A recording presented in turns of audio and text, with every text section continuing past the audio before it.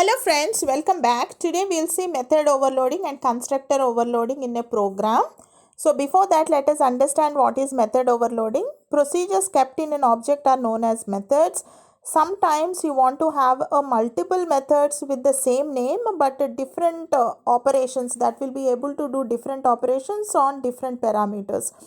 So Java allows this through a process called overloading. Overloading is having multiple methods in the same class with the same name but with different parameters.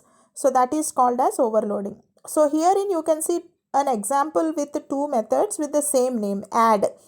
Okay, so even both the methods are having the same name, they differ in the parameters that they are having. The first method is having two double parameters and the second one is taking two double strings. Okay, when we call a method, the compiler must determine which methods to use through a process called binding, and method overloading is static binding. Java binds methods by matching a method signature to how it is called. Okay, so since it differs in parameters, the compiler can easily distinguish between the methods. A method's signature means, okay, so what is meant by method signature? So you can see that the signatures of the previous two methods, they add with two double parameters, add with two strings. Okay, so the name of the method and the data types of the parameters is the signature.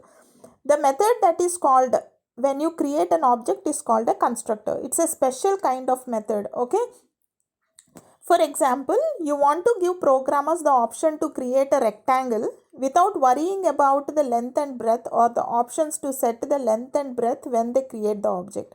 So you can create two constructors. So having two constructors, more than one constructor in a class, is called as constructor overloading.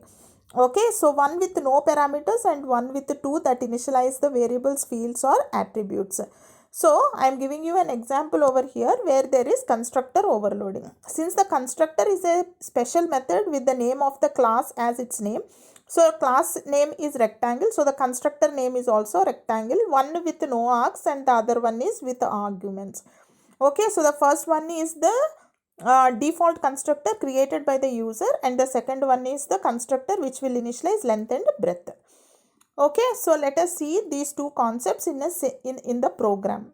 So here, so write a Java program demonstrating the difference between method overloading and constructor overloading. So there is a class box. Inside class box there are three instance variables, width, height and depth. So there are three constructors over here. The first constructor is taking three arguments and assigning the values of width, height and depth. And the second constructor is no args constructor, which is just initializing the instance variables to 1. And the third constructor is for the cube. Okay, so if the box is a cube, then it is taking only one parameter and assigning the same value to the three instance variables. And next is the method overloading. So there are two methods here, volume and volume, with the same name but they differ in the parameters. The first one is having, it's a no args method, and the second one is having one argument in it. And this volume, the second volume that we have written with edge as parameter, is for calculating the volume of a cube. Okay, so herein, because since all the height, depth and width of the cube are same, so it is like a W into H into D, which is nothing but edge cube.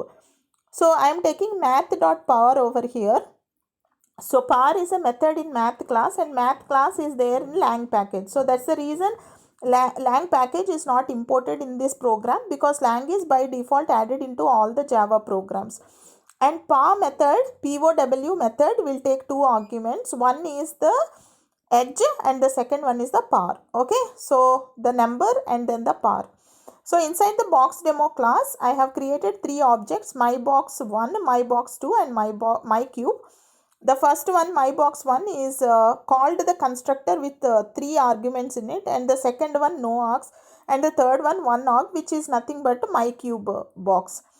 Okay, so then we are calling the volume method. Since the volume method is returning a double value, so we declared a double volume and then called the volume method on the three objects. Okay, so the last volume method that we are seeing, myCube.volume, and then I have passed to 5, we'll call the volume with the edge as the parameter. So it will call that volume and then calculate. So we'll see the output of this program.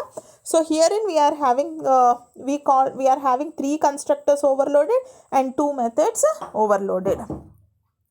Okay, so I am compiling the program javac boxdemo.java. Okay friends, there are no errors or warnings, so I can execute my program. So I said java box demo. Okay friends, so you can see the answers over here. In the first case where we have passed 3 arguments, so it has calculated that and the answer is written there. And for the default one, okay, since we passed 1, it is just giving 1 as the answer. In the second, in the first case where we called mybox1, where we passed 3, it is giving 48. And then for the cube, it is giving 125 as the answer. Okay, so for the both volumes, it is giving 125. Okay, right. So that's regarding method overloading and constructor overloading, friends. So this is a quiz or Viva questions or interview questions. So I want all of you to pause the video and take the quiz.